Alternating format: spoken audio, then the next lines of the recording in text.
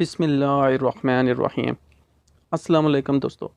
عمران خان نے چین کے ساتھ ڈالر کی بجائے مقامی کرنسی میں لین دین کا جو معاہدہ کیا ہے، اس سے کیا کوئی پاکستان کو فائدہ ہوگا یا نہیں، ہم آپ کو بتائیں گے اس ویڈیو میں، تو یہ ویڈیو اینڈ تک لازمی دیکھیے۔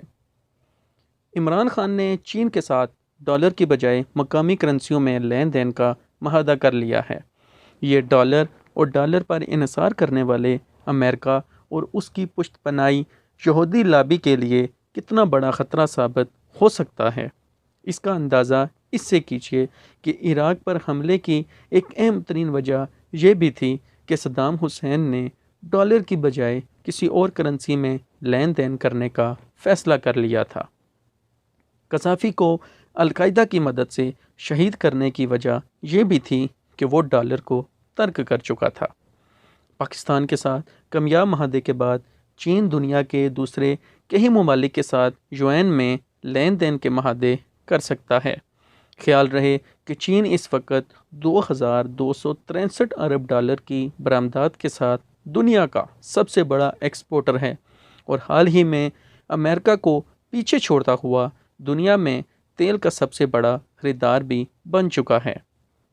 وہ تیل بیچنے والے ممالک سے، خاص طور پر سعودی عرب سے، مقامی کرنسیوں میں لین دین کا معاہدہ کر سکتا ہے، جس کے ساتھ امریکہ اس وقت بگاڑنے کے موڈ میں ہے۔ اگر چین اور سعودی عرب میں ایسا کوئی معاہدہ ہوا تو ڈالر کی قیمت ایسے گرے گی جیسے تاش کے پتوں کا محل۔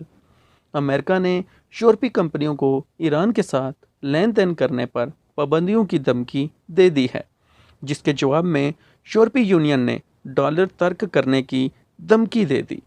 روس اس کے لیے پہلے ہی تیار بیٹھا ہے۔ امریکی معیشت کا حال یہ ہے کہ وہ دنیا بھر میں بکھرا ہوا 5% ڈالر بھی واپس اپنی معیشت میں جذب نہیں کر سکتا۔ اگر یہ سلسلہ شروع ہوا تو امریکہ معیشت کو مکمل طور پر دیوالیہ ہونے سے دنیا کی کوئی طاقت نہیں روک پائے گی، جو پہلے ہی قرضوں اور جنگوں کے سہارے چل رہی ہے، یا شاید کوئی نئی کرنسی لانچ کریں۔ یہ ڈالر فراہم کرنے والے ورلڈ بینک اور IMF جیسے اداروں کو بھی تباہ کر دے گی۔ عمران خان نے یہ بہت بڑا اور جرأت مندانہ معاہدہ کیا ہے، جو یقینی معنوں میں یہودی مفادات پر بہت بڑی ضرب ہے۔ البتہ اس کے اثرات کچھ عرصہ بعد نظر آئیں گے۔ اپنا اور اپنے پیاروں کا خیال رکھیے۔ ملتے ہیں نیکسٹ ویڈیو میں۔ اللہ حافظ۔